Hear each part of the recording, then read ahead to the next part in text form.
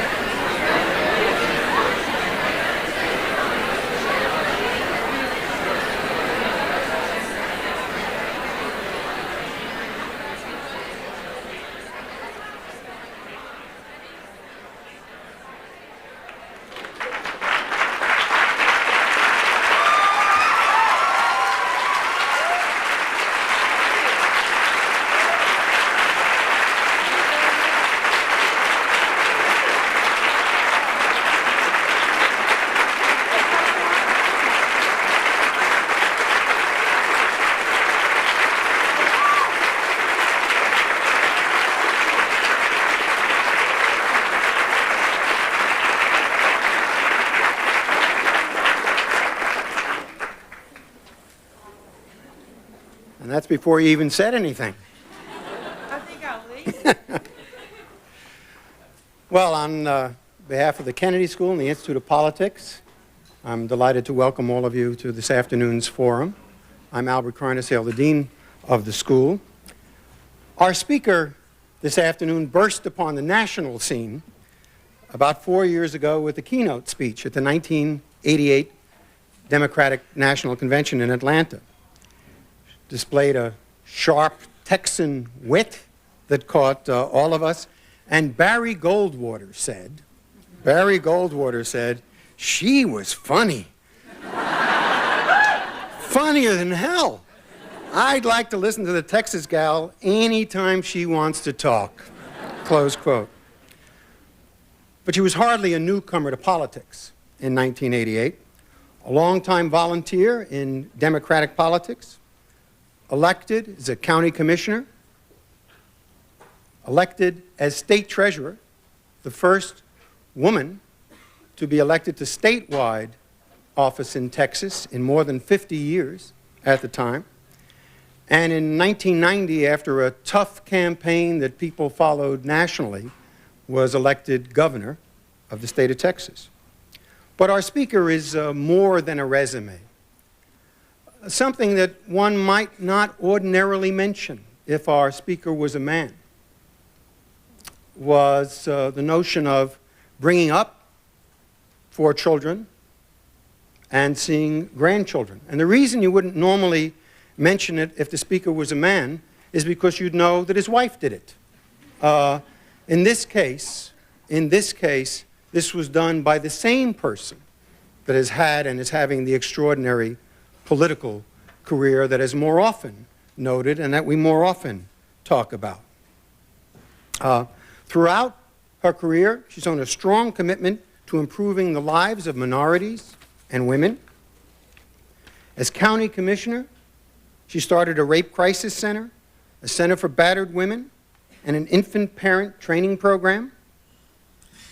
She's actively recruited minorities and women and initiated flexible work schedules so that some people might be able to work in government that might not otherwise be able to do so. As state treasurer, she fought successfully to eliminate many of the inefficiencies in government and saved Texas many, many millions of dollars simply by improving cash management.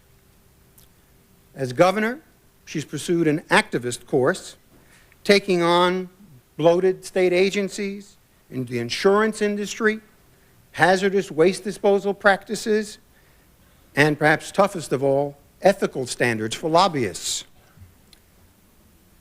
She's no Don Quixote, or more appropriately, no Donna Quixote.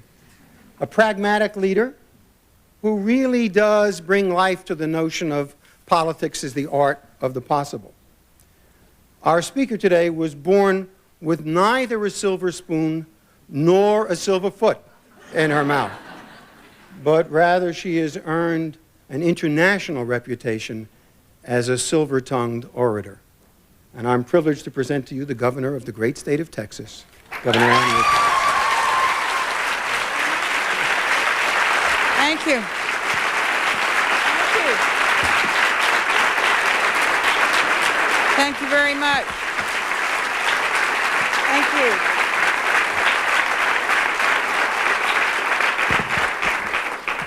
Thank you very much, Al. Some man fixed this deal up here. And just teasing, I was just kidding. Well, he's still at work. Well, yeah, he did. No, wait a minute. No, wait a minute. Here we go. I love it when someone says I burst on the scene.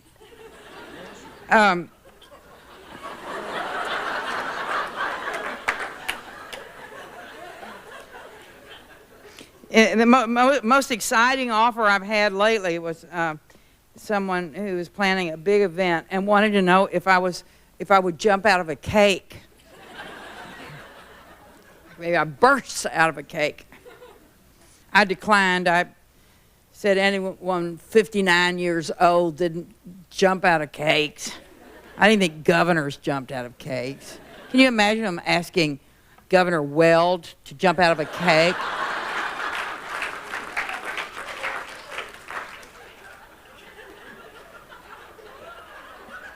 I want to show this wonderful shirt I was just given backstage.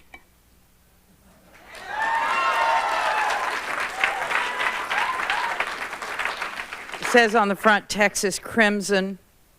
I'm sure my stock is going to go up on the hike and bike trail wearing this shirt. And I'm glad to know that Harvard has some smart people here. I see a lot of people that I know, and Ellen Goodman, the columnist, does us honor by being here today. So write something good, Ellen. The former lieutenant governor, it's a pleasure to see you.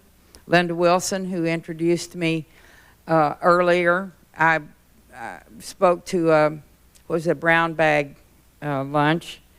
And she was kind enough to say nice things about me. And Bob Farmer is here.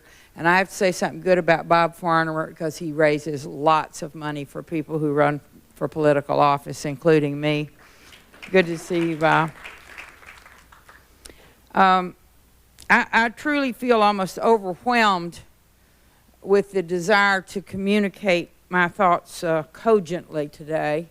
I want to be profound and insightful. I want to show the prismatic nature of my mind. For after all, I am at Harvard, the font at which the learned sip.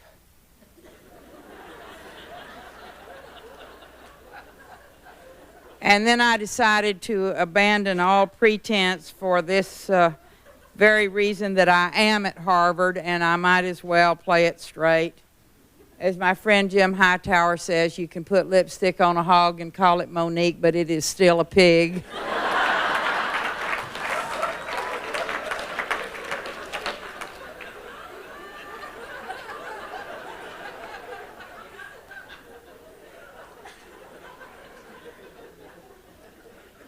And so, as honored as I am to be here, I'm a little daunted by the history of the place and the scholarly level of pursuit that permeates its halls.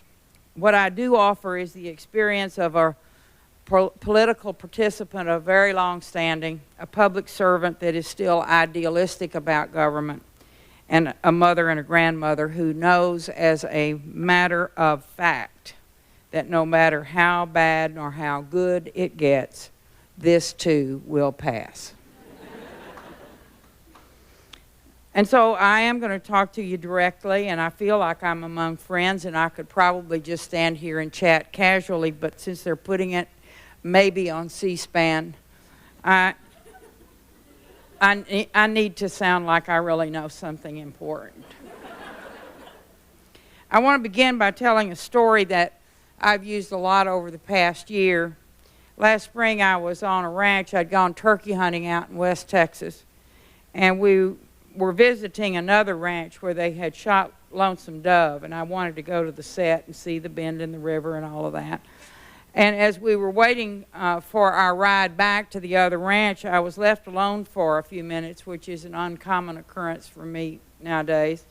And I was standing there by a ranch foreman who kind of hesitantly came over and asked me for an autograph. Now, I have a lot of friends who are interested in my life and what I'm doing, but ranch foremen over the age of 65 really are not on the cutting edge of those who want autographs. He, by his look and his manner, was every much the real thing. He was a Texan who had put his life and his heart into the land and never strayed far from literally what was home on the range. He stood there shyly in a sort of courtly manner, and he held out what we used to call a nickel spiral notebook. No telling what it costs now. And while I was writing, he said, "I can't even imagine what a great honor it must be to be called the governor of Texas." And when I looked up at him, he had just a hint of tears in his eyes. And I just can't begin to explain how deeply that touched me, how it really pulled me up short. He's right, of course. It is an enormous honor. But I rarely think of what I do that way. Being governor is my job. It's one that I worked very hard to get, and it's one that I work hard at every day. But I remember the incident, and I tell you this story because it reminds me that most people don't see the hard work that is a part of this job.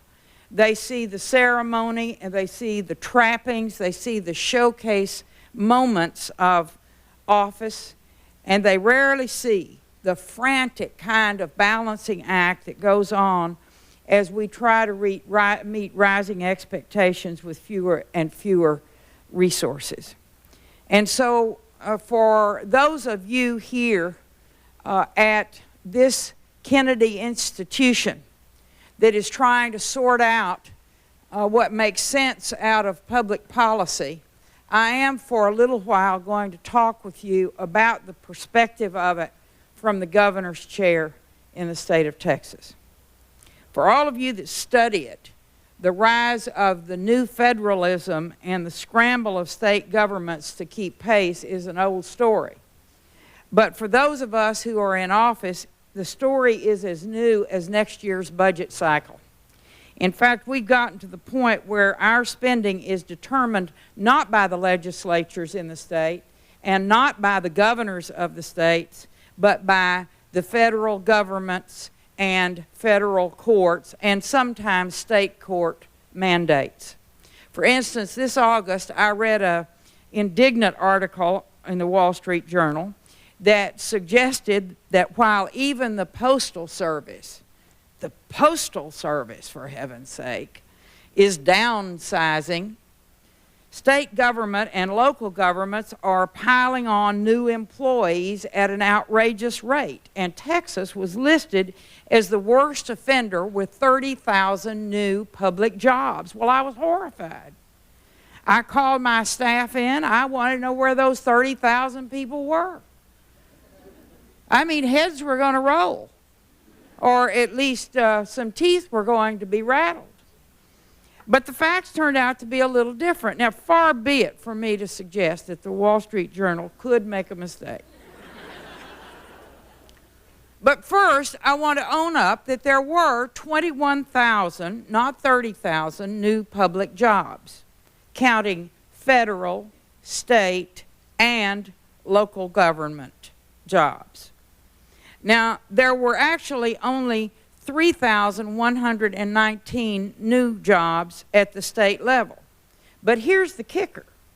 The greatest growth in state government occurred in human services, prisons, and mental health, all areas that are under federal or court mandate. For instance, the federal government changed the eligibility standards on Medicaid, a laudable policy.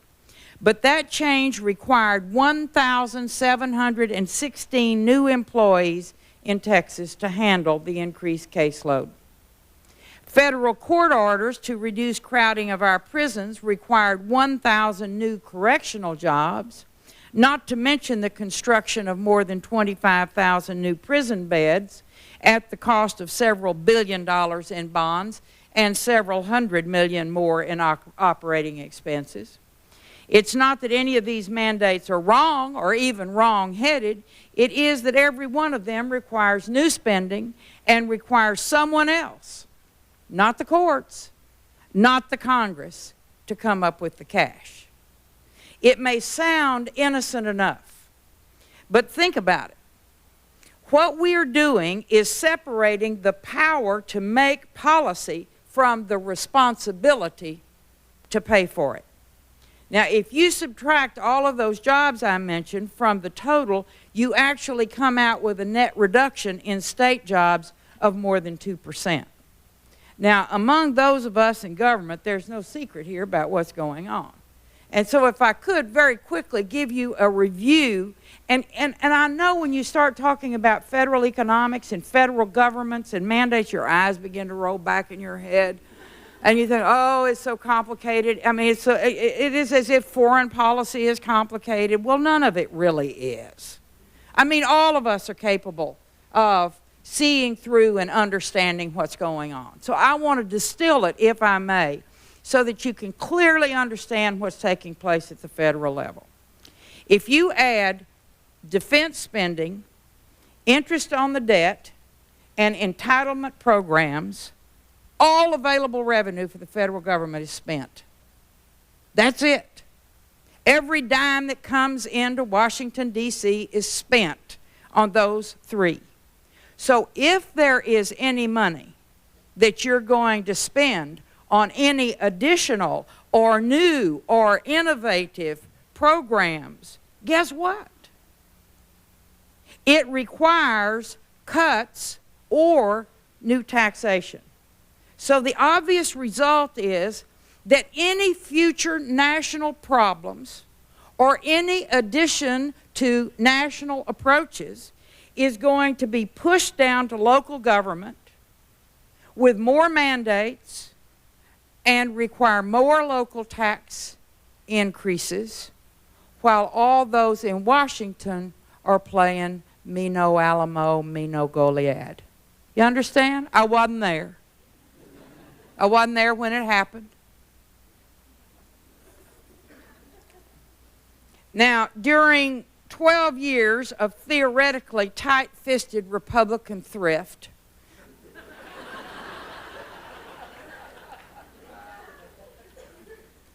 the federal government has quadrupled the national debt. The federal government currently spends 27% more than it takes in, and 14 cents of every dollar it spends go to do nothing more than pay the interest on the federal debt. So forget checking that little box that says 10% on your income tax. You're already paying 14. You understand? What a joke. It's like Herman Talmadge said, virtually everything is under federal control nowadays except the federal budget. The fact is that all of our budgeting is now based on what is and what was, and not, as George Bernard Shaw and Robert Kennedy used to say, on what can be. We know, for instance, that old people would rather stay at home and live independently for as long as they possibly can. My folks are 83 years old. They own their own home. It is paid for. It does not cost a dime. They would like to live there for as long as they can because they feel security there and they feel some familiar surroundings.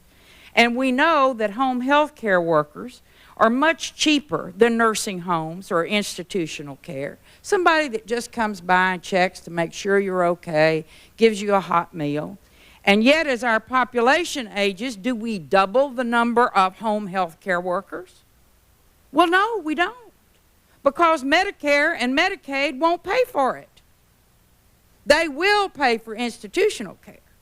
It will pay for nursing home care.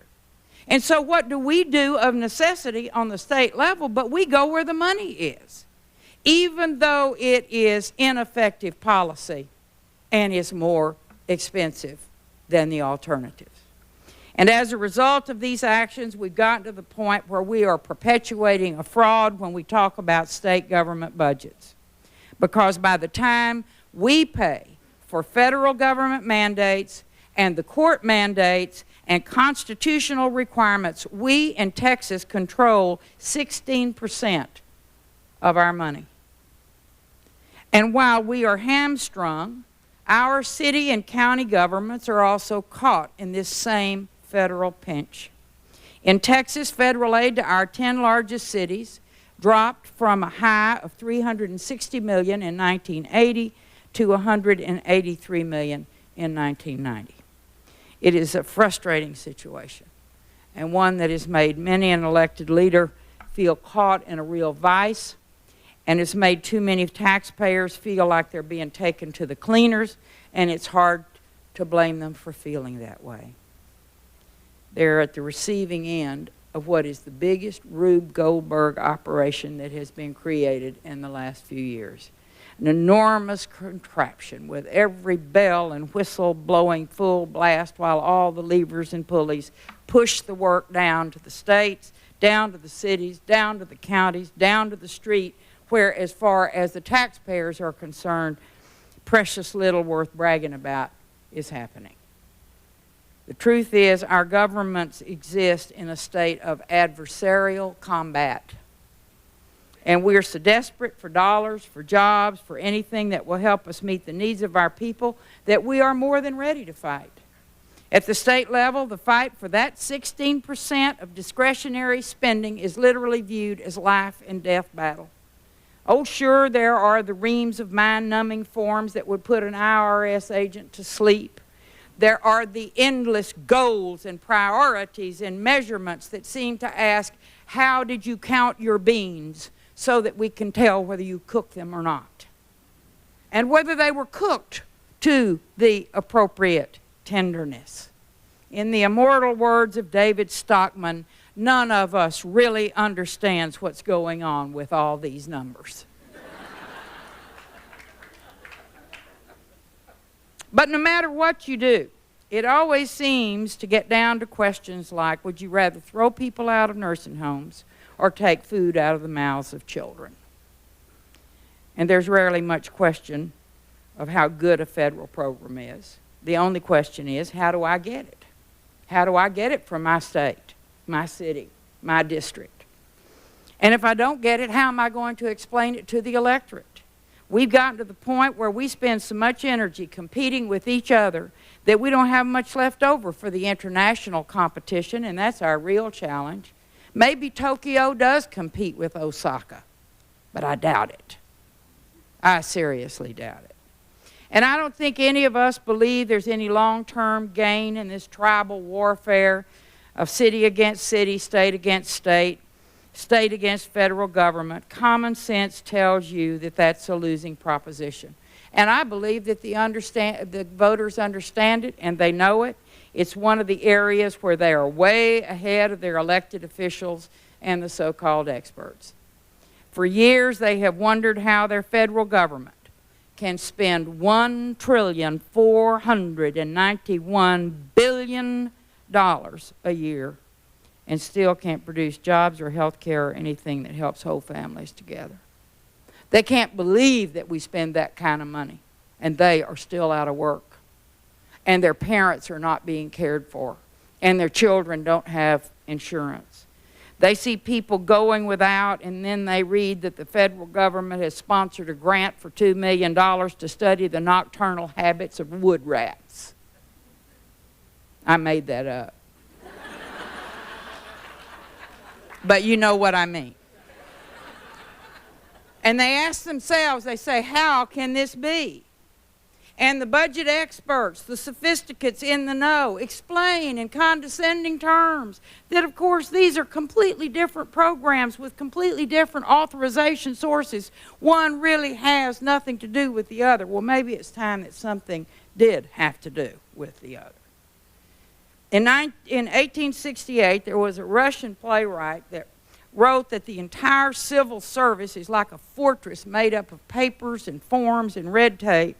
And the point that I'm making to you today, and I mean it seriously, is that if the bureaucracy is a fortress, the budget process is its first line of defense. Like the Russians, we are being done in by a government everywhere over-bureaucratized, over-managed, over-formed, over-red taped, over-requirements. And there is something wrong and something amiss, my friends, when there are more government workers hired than there are manufacturing jobs created in America. And if we are going to make government more responsive to people's needs, we've got to begin with fundamental change in the way we think about budgets and the way we write them. I hope that we begin a new election cycle that will produce new leadership and new understanding of our common problems and our desperate need to cooperate with each other. Now, you know what my bias is. I hope desperately that Bill Clinton is elected President of the United States. And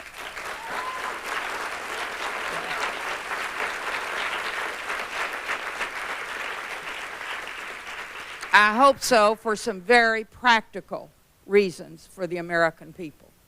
I think that it is time that we have someone in the White House who understands what it is like to be on the receiving end of all of this federal largesse in the form of mandates.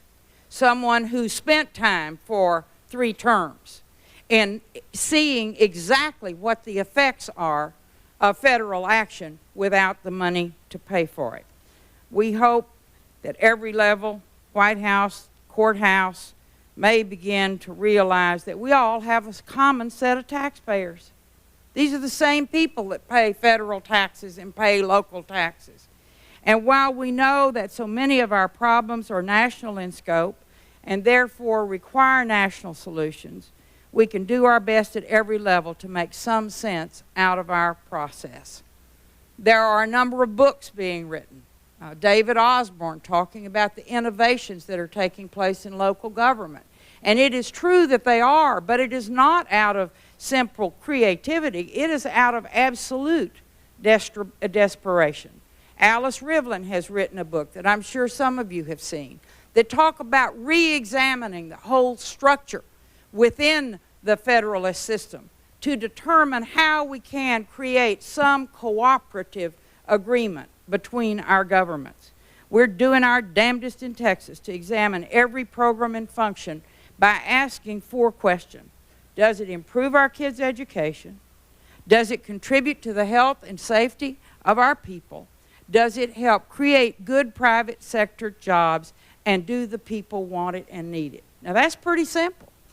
And we let it be known that if the answer is not a firm yes to at least one of those questions, that program or that expenditure is going to have a hard time making it into a budget that has no room for niceties and extras. After almost 2 years of demanding the use of these questions, I want to testify to you that it is not easy, even with the best of intentions and a governor that keeps pressing for change. Last session, I told the legislature, do not give me any more power. Don't give me any more appointments to make. Do not give me any more agencies to deal with. I ended up with 215 new appointments to make. So you see, old habits die hard, and painless fixes rarely present themselves. We can't, as some would suggest, find the money for everything by cutting waste. Nor can we afford in this economy to find new dollars in huge tax increases. But we can do everything in our power to make the most out of the dollars we've got, and we have not examined our actions through that light. After all these years of looking for Washington for help, I think it is time for us to recognize that even if there is a change in direction and an onset of good intentions, Washington will have its plate full getting its own house in order for many years to come. And we will have to find solutions at both the national and the state level, and perhaps create a new federalism that really is worthy of the name new. And that's where all of you come in. The truth is that those of us who hold elective office come to that position with ideas of our own. But if we have done the job right, a big part of our success involves plowing the ground for people like you, giving you the fertile soil in which new ideas and new solutions can flourish.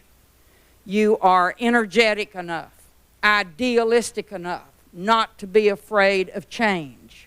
You are part of an exciting technological time in which change is the norm. And the exciting part is that you are going to enter the government process and bring that idealism and insistence for change with you. And now, what seems like another lifetime, President Kennedy took the oath of office, and he called to a new generation of leadership. My husband and I heard that call, and we went to Washington so that he could work in the Kennedy Civil Rights Commission.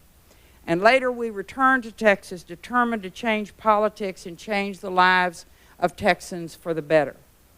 And now, almost 32 years later, I've seen a lot of change, and I've helped cause some of it. And I can tell you that despite the frustrations and the disappointments, which are many, there is no work that is more rewarding than public service.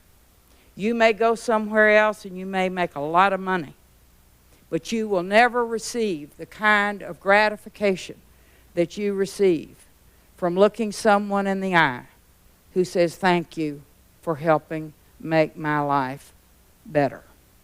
John and Robert Kennedy told us that this is a noble business. And if the nobility seems hard to find beneath the headlines, don't worry about it. Cynicism has always been there. The media will always be there. But the system will always be there waiting for you to breathe new life into it. If our problems now seem larger and more daunting, that only gives you greater opportunity for success. We need you desperately. We need your youth. We need your energy. We need your enthusiasm. We need you to rekindle our sense of the possibilities. Yes, it's an honor. It is a great honor to hold public office, but it's also a big job. Just as every generation has, you and I have a job to do for this nation. And what possible greater pursuit could we dedicate our lives to than making this nation of ours a better one? God bless you, and thank you very much.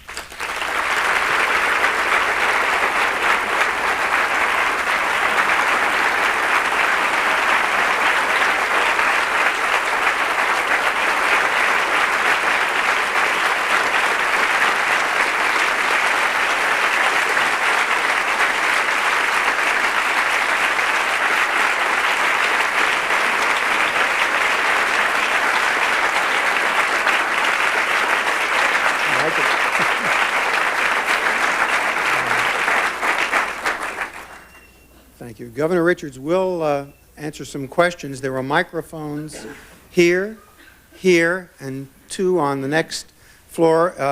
If you would go to the microphones, and if people would please identify themselves and then ask short questions, that would be helpful. So why don't we start right here? Governor Richards, we are thrilled for you to be here.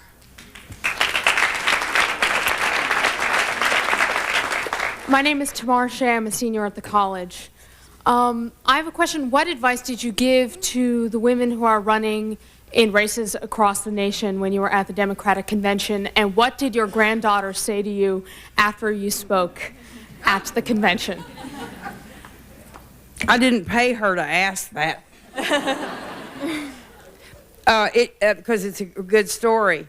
My granddaughter is, of course, very bright and has been around the public eye for a while. And not long ago, I took her down to SeaWorld in San Antonio, and she had a wonderful time. And so after the speech, we went out, even though it was very late, and Lily said, "Mammy, you know, I wasn't afraid when all those reporters were over there with those cameras and all those microphones. I wasn't afraid of all those people." And I said, "Well, Lily, you're so courageous." She said, "And Mammy, I wasn't afraid either when you took me down and they put me on the back of that whale." And it dawned on me that this child thinks of her grandmother in relation to moments of stark terror.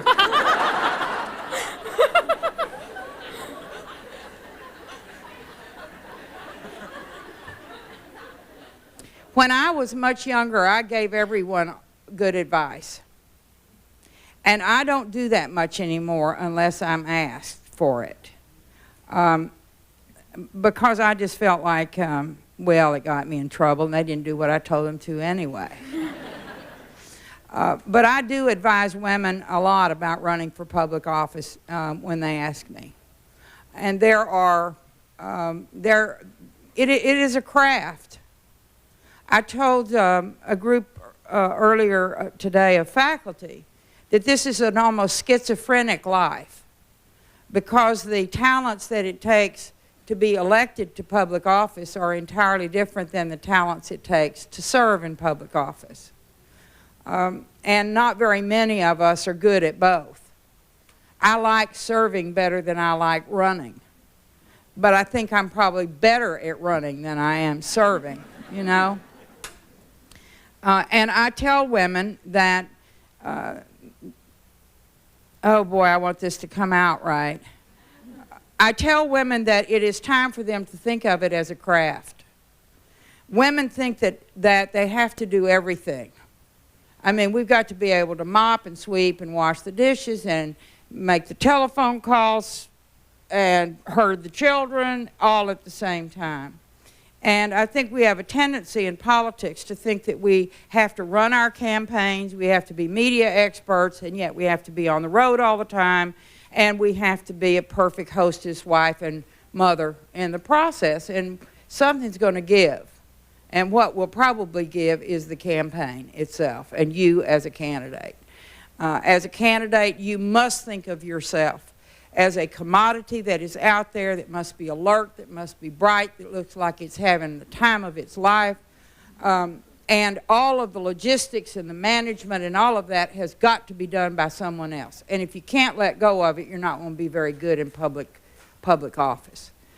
So I urge women to allow themselves to be the candidate and allow others to run the campaign. Now, that doesn't mean, you know, that you're some fool that does anything they tell you to do. But it does mean that you don't hang on to every little teeny bit of it, because between being the candidate and raising the money, and the candidate is the best money raiser in the campaign, you really don't have time to be anything else. And if your family and your friends think that you've got time for a bridge game or you've got time to go fishing, well, forget it, Gladys. That's over, you know. If you're serious about what you're doing. And generally, that's my advice. The three things that matter the most in getting elected to public office is money, money, and money. And if you can't raise the money, then I think you ought to give your help and support to someone who can, because that's what it takes. In Texas, it took me $14 million. And I'm not, you know, I'm not even close to wealthy. And I raised that money, along with an awful lot of friends and a lot of you in this room who sent me checks. This is a tough business. Well, I went on too long. Yes, ma'am. Hi, Governor Richards. My name is Jennifer Measy, and I'm a second-year MPP at the Kennedy School. In your political career, have you found that you've had to compromise a lot in terms of advocating for women's issues, but still not wanting to be marginalized and not listened to when you talk about other things? And do you think that that's going to change as more women are running for state office and hopefully winning state office and hopefully one day the presidency? No, I've never compromised my feelings or my position where women are concerned. It hasn't been necessary. Sometimes, though, I think because we are women and we reproduce, that they think all we know about is having babies or not having babies or under what circumstances. And, you know, that gets a little boring after a while, at least to me. I'm impatient with the whole idea of women's issues simply because we do reproduce. Women's issues are the issues that affect all human beings. Retirement is a woman's issue.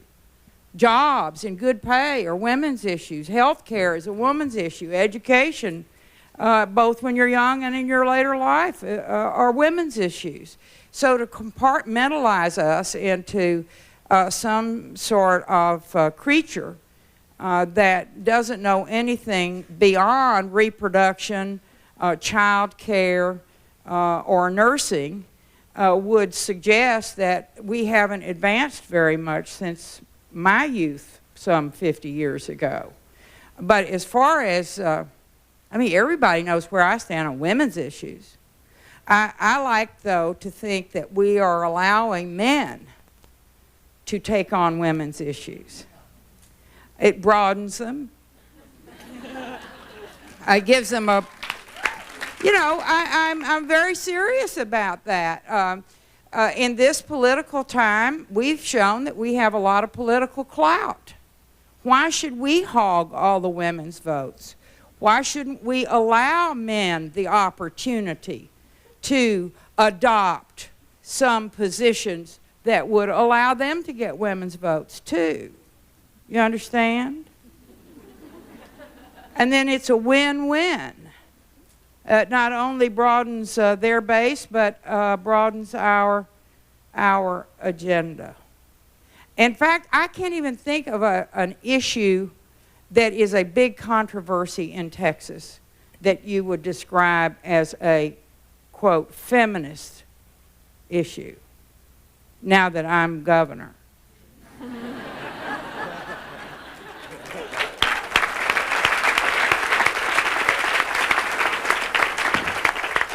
They just don't even raise them, you know. Hi, Governor Richards. Hi. Up here. My name is Jeff Miller, and I'm a freshman at the college. How are you? Good. I was curious how you feel Ross Perot's re-entry into the race will affect the election, and who you think will carry Texas. I really know nothing about the rest of the country because I haven't seen any numbers. I understand this business of running for office. And the numbers tell it, but not any numbers. You know, you've got to be sure the quality of your polling, the quality of how it was done, and all of that.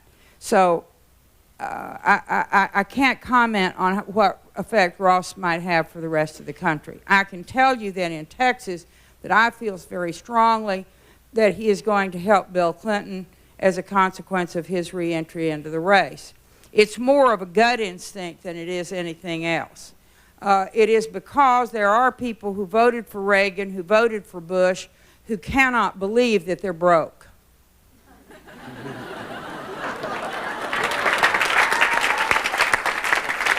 And now the question is whether or not they can go all the way over to Bill Clinton or not. You understand? And I think Ross Perot gives them a sort of safe haven. I think we have a chance at winning Texas. If we win Texas, shut out the lights, it's over, you know?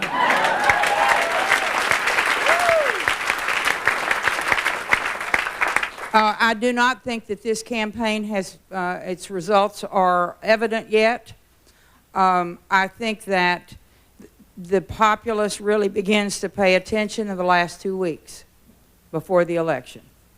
That there's nothing new or wise about that. It's just real. And what is really going to matter is the person who really kicks in the momentum at the last. I think that Clinton has the capacity to do that. I hope that that occurs, and I will sleep a little better at night knowing that he's in the White House. Anybody else? Over here? Good afternoon, Governor. My name is Walter Dean. I'm in the mid-career program here at the Kennedy School. I wanted to ask you, I'd read something recently that when you first became governor, one of your first tasks was to clean out the Department of Commerce in Texas, which your predecessor had built up and established. You sent someone there who I think later became known as the Angel of Death, Richard Moya, with the job to remove all of the Republican employees. Well, that's what the Republican employees said. Well, I'm sorry, the article that I read said that all of the people that have been let go happened to be then Republican, and they were all replaced with Democrats. My question is if you think that how one can justify removing people's jobs based on their party affiliation, and what was done to help the people that lost their jobs to find new positions. Well, it's probably inappropriate for me to comment at length because we are in a lawsuit, because we've been sued by a few of those employees. The short answer is there is no justification for firing people for their affiliation, and that was not done in this instance. Yes. Governor Richards, my name is Margaret Alcon. I'm a first-year MPP student here at the Kennedy School. And I was very pleased to see you elected governor of Texas. Thank you. Very disturbed that support for the death penalty seems to be a prerequisite to becoming governor of Texas. And considering the fact that the death penalty is disproportionately put upon poor and minority members of society, considering the fact that innocent men like Randall Dale Adams and Clarence Bradley Black have been convicted, sentenced to the death penalty, and then within hours of the sentence being carried out, discovered to be innocent, and considering that the appellate process that tries to protect people like these two innocent men is more expensive than just keeping people in prison for the rest of their lives, how do you justify your position in support of the death penalty? The death penalty is a law in the state of Texas. The death penalty is accepted by a vast majority of the people there, and there is not a chance in the world that a repeal of the death penalty would pass the Texas legislature. Somebody over here. Governor, Yes. Governor, my name is Frank Dwyer. I'm a mid-career student here. An economist writing in the New York Times business section 2 weeks ago, and as we know, the Times doesn't lie, suggested that Mr. Clinton's plan for defense cuts would cost your state 120,000 jobs. And equally, Mr. Bush's plan would cost your state 80,000 jobs. Given the present state of growth in the job market, as the person who has to receive those cuts, would you prefer that they be postponed until such times as the economy had greater stimulus? And how do you see your state absorbing those families and providing health care for them? Well, what we have done is that we began 2 years ago putting together a group of people on a task force to examine what you do with the economy in light of the fact that we can expect, as can Massachusetts, California, a number of cutbacks in defense and in the military. I had a meeting in my office with all of the principal defense contractors in the state of Texas.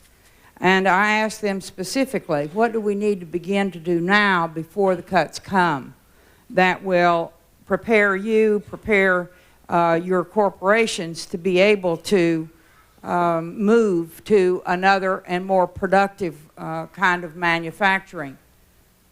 In some cases, we were successful in examining, but by and large, most of the companies agreed that they made these particular things, whether they were fighter planes, and that was what their skill was, and that's what they intended to do.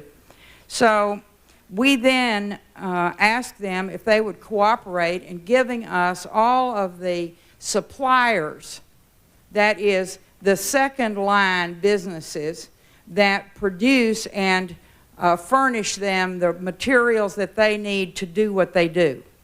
And we are now working with those second line manufacturers to expand their businesses, so when the cutbacks come to the primary business, it will not be so devastating on the rest of the economy. We also have probably one of the most aggressive job training programs anywhere in the country. Our biggest problem is how to pay for it. We have been able to use JTPA funds for training for jobs that are new, but that money is not available to us because of federal mandates for retraining. And as a consequence, we use every resource that we have in cooperation with the community colleges and with the universities to try to get them into an area where they can learn as they are on the job.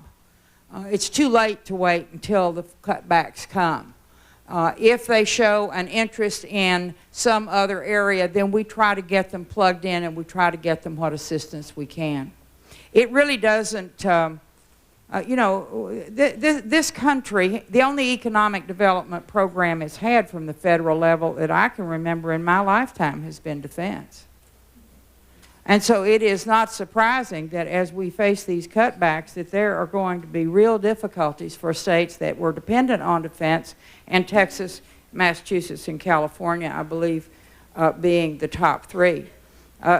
Please do not think that I'm trying to describe some pie in the sky to you, because I am not. I think it is going to be jarring, and I think it is going to be difficult, and I think it's going to take every resource that we have. And it's going to have to take some federal attention. Just ask, do you think it would be wiser to wait then until perhaps the overall economy was in slightly better shape before making those cuts? Well, you know, I hate to say that because I go to Washington and just fight like a dog for every one of those defense contracts. It was just like I tried to say to you in the speech, there's this constant competition between states and between local governments. I wish there could be delays, but in the interest of the economy, I doubt seriously that there will be. Yes, sir. Yes, Governor. How I'm you Kenneth doing? Walker. How are you? I'm a fellow at the Institute of Politics. And I'm wondering, in the search for budgetary solutions, how arguments like shared sacrifice and a fairer distribution of taxes begins to play out in places, I believe, like Texas, that have no income tax. Yeah. Well, you know, everybody says, well, why don't you have an income tax in Texas, and why don't y'all pass one? Well, first, I can't pass one. I mean, it's just absolutely, it just is not going to happen. And I'm pretty pragmatic Well, I guess my specific funding. question is how that plays nationally when we're trying to solve the budget deficit, come up with funds for programs. Income tax, you know, it didn't solve California's problems. When I look around the country, everybody's hurting no matter what the sources of their revenues are. So if there is some decision, such as Alice Rivlin suggests, that we will divide between us responsibilities. You know, you take this and pay for it, and we'll take that and pay for it. Then the states are going to have to come up with the resources regardless of what they choose as their source. You understand? And I think that's very much a local government decision. And by local, I mean state. Yes, ma'am. Governor Richards, my name is Barbara Meister. I'm a first-year student at the Kennedy School, and I'm proud to claim 1 year as a Texas citizen, and in that year I had the gracious opportunity to vote for you. Thank you. I want to ask you about a policy issue in particular. I know you mentioned federal mandates as a prime issue. affecting states and their ability to govern. What I'm particularly wondering about today is the NAFTA agreement. Have you had a chance to review it? What do you think of it? Is it going to be a positive impact on Texas or a negative? And broader, what do you think it'll do for the nation as a whole? The free trade agreement is something I've supported for years, and support with a lot of enthusiasm. And I don't want to fudge with you about it. I think that the free trade agreement is going to benefit Texas probably more than any other state in the union initially. The exports to Mexico from the United States last year were $43 billion, and about a third of that came from Texas. So the opportunities that it offers us, and I believe the nation, are enormous. The mystery to me is the suggestion that the free trade agreement is going to take away jobs. Jobs are leaving America now. Jobs are leaving Texas now. The question is where they're going. We know that economically we benefit if they go to Mexico, but there is not that reciprocal benefit because of the geographical proximity when they go to the Pacific Rim. So if jobs are going to leave, I hope they're going to go to Mexico, because we're going to get some money back from that, because we are the principal exporter of Mexican imports. The other reason that I feel strongly about it is that this is the first time we've been able to get anyone in Washington, other than our own members of Congress and members of the Senate, to pay attention to the problems along the Mexican border. Those problems exist and are growing whether there's a free trade agreement or not. Pollution of the Rio Grande River, the pollution of the air, health problems, job training. We need now. And because of the free trade agreement and the interest of this administration in getting it passed, for the first time, we have been able to get some serious money dedicated to those efforts. When you stop to think that the free trade agreement will mean that we have the largest free trade zone in the world, it ought to tell you that the economic opportunities here are simply extraordinary. And I laugh today, but it's true. Y'all think that just because the Mayflower, you know, came over and landed at Plymouth, that that's the front door to the United States.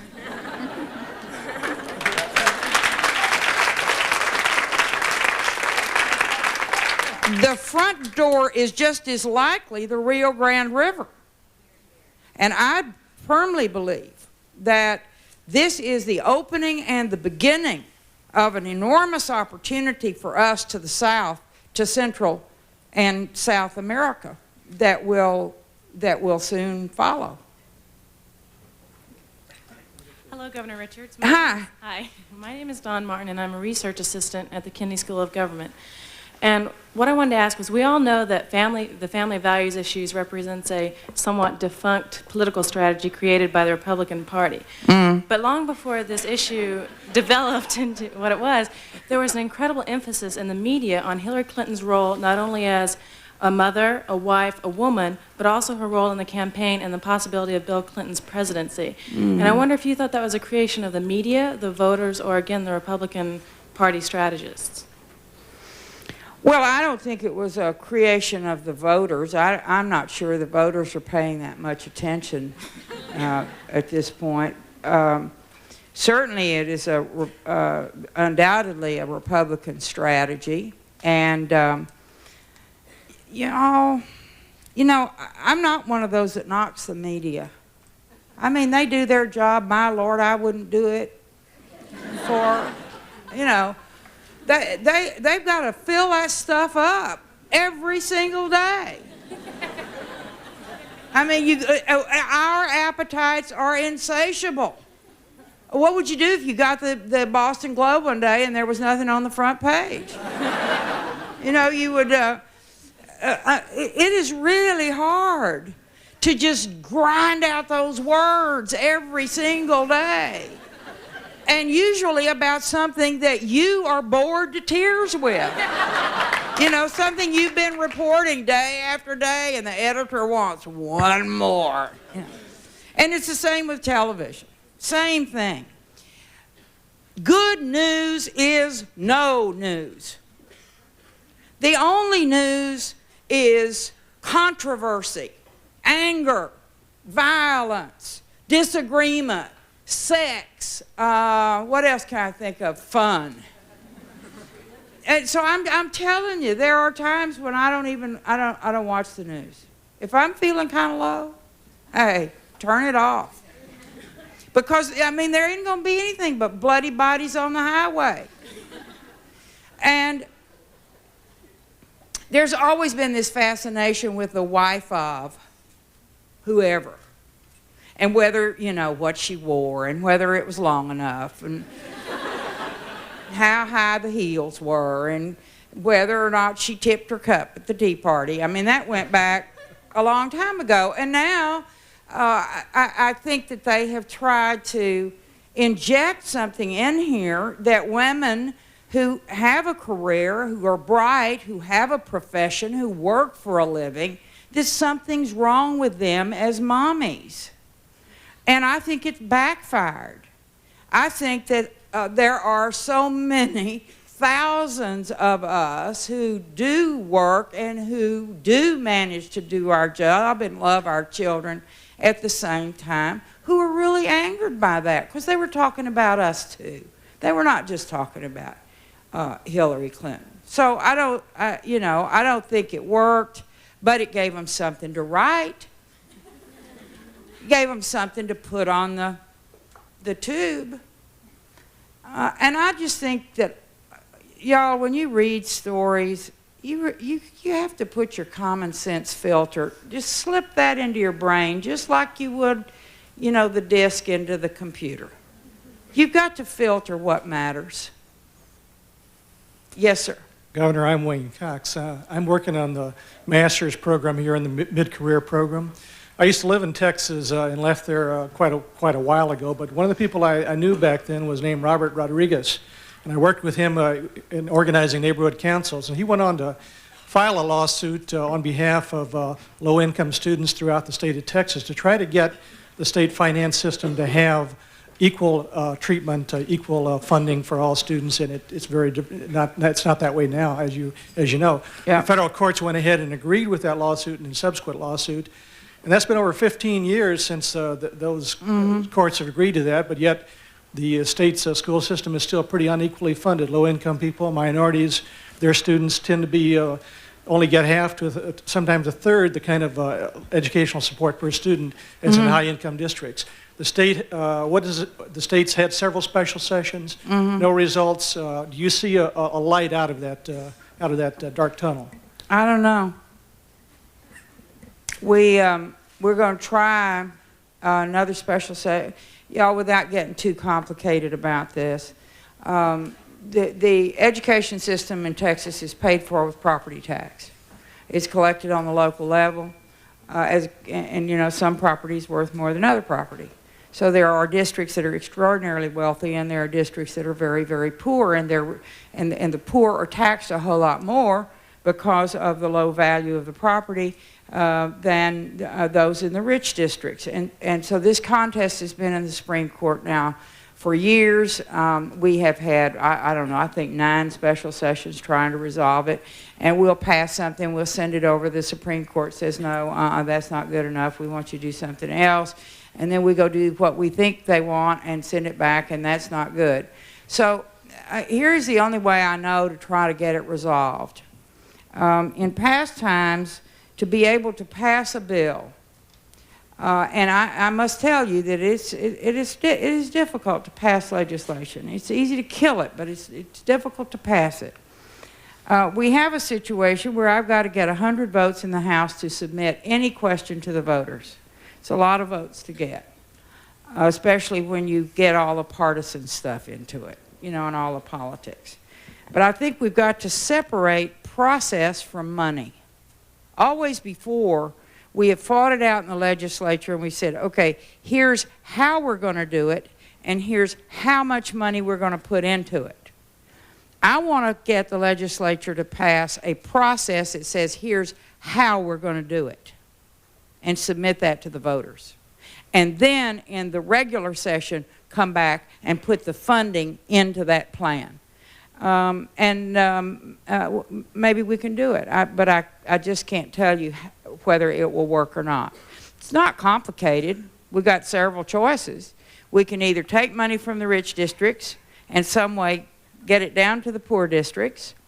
I tried to pass a collection system where you took monies from the wealthy property and collected it statewide and redistributed it, which gave us about 97% equity, but I couldn't get that passed. You could constitutionalize the present system, which I don't think I can get 100 votes for. You could pass some sort of new tax, which we can't get 100 votes for. Or you can consolidate school districts, which I guarantee you I can't get 100 votes for. And so I suspect we will use a device of taking monies from the rich areas and through some funding manner filter them through to the poor districts. And no one would like to have that resolved more than me. Good luck. Yes, sir. Am I through? Okay. Governor Richards, my name is Joshua Bloom, class of 1996. You mentioned that you've been doing a lot of hoping that the Governor Clinton will be elected to the presidency. What will you be doing in this last month to make sure that he actually is? Well, I think I make about 7 states in 3 days next week. And I have a very full schedule in Texas. I don't want to spend too much time outside of Texas. You know, I'm not the governor of America. I'm the governor of Texas. And so I'm going to be spending a lot of time campaigning. I'm hoping to make it up to Washington State, which is not on my agenda. And I'm going to do whatever they want me to do, essentially. I told Bill that I would give them October, except for this little thing here. And so wherever they send me, that's where I'll go. Hi, I'm up here. Hi. My name's Irene Reed, and I'm a first year at the college. And I just wanted to know, you know, we read a lot in the papers today about this being the year of the woman. Yeah. Do you think that this is a year, or is it something that is going to continue and grow? Is this an indication of something deeper that's changing in America, or do you think that this is just sort of a short, sort of ephemeral thing? Well, you have to recognize hype when you see it. So I think it's fine that they call it the Year of the Woman. I think it's in recognition of the fact so many women are running for the United States Senate, and that we're probably going to elect 4 or 5 of them. I don't know how many.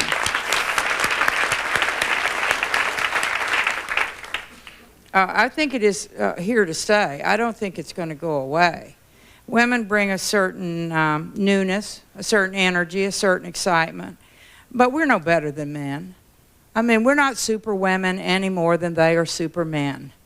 I think that there may be a difference in that we are not so ground down by the system. Our very presence suggests change. They expect, the public expects change from us. I think we bring a certain energy to the whole process, a re-examination of why we're doing things this way, because we're not invested in the way we used to do things. We don't have any pride of ownership in the past because most of us were not much of a part of it. So I think that it is exciting, and it brings a new dimension to government. I keep insisting that we shouldn't be surprised that women have insisted on having their own voice at the table. We've been hearing that from our African American and Hispanic and Asian and Native American brothers and sisters for years. that no matter how good-hearted we are, how good our intentions are, you simply cannot see with another's eyes. Living is a great educator. So we can't get out of a book what experience has given. And so until this country truly recognizes that the government ought to reflect the population, or something is going to be left out of decision making, then we really will never have created the democracy it was intended to be. So I think that women, yes, are here to say, and one of the reasons is that we help each other. We reach back and give to those that we want to help along. That mentoring system is real, and I for one think it's been a long time coming. And my granddaughter Lily is very happy about it all. She might get a shot at the big one. Yes, ma'am. Welcome, Governor Richards. I'm Deborah Gittin. I'm in my last semester at the college, and I have one very grandiose question, the other not so nearly so. The first is, you've talked a lot about the potential for change. What's your most optimistic vision for change in the near future of this country? If you could implement one sweeping but feasible change in our policy, what would it be? Mm-hmm. And I know it's kind of an essay question. I'm sorry. I've been here for a while. The answer is no. And the second question is a self-promoting one that I wouldn't ask if I didn't think so many other people here didn't have it, which is, how does one sign up to work for you in Austin? Oh. Well, you got to take your shot when you have an opportunity, and I never think it's inappropriate if you have an interest that you want to pursue. You ought to ask outright. Who would I write your name down on a piece of paper and give it to Jane Hickey, who's with me, or Bill Cryer, right over here, and put down what you want to do. We'll have somebody get in touch with you.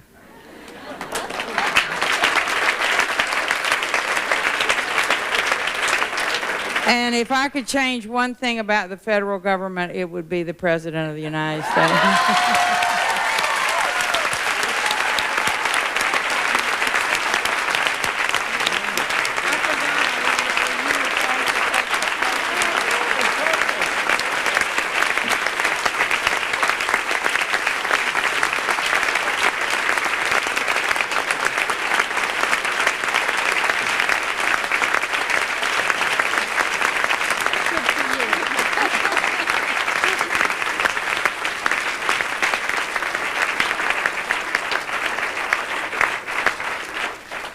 Just in closing, if I could say, if youth, energy, idealism, knowledge, and inspiration are the necessary qualities for service, you can be admitted here anytime, as well as being governor. Thanks so much.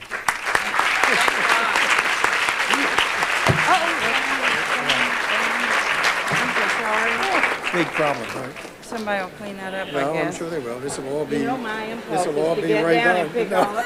That's right.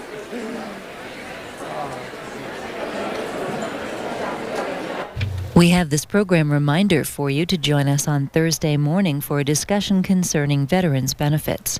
We'll talk with the Acting Secretary for Veterans Affairs and learn more about veterans benefits and the state of veterans hospitals.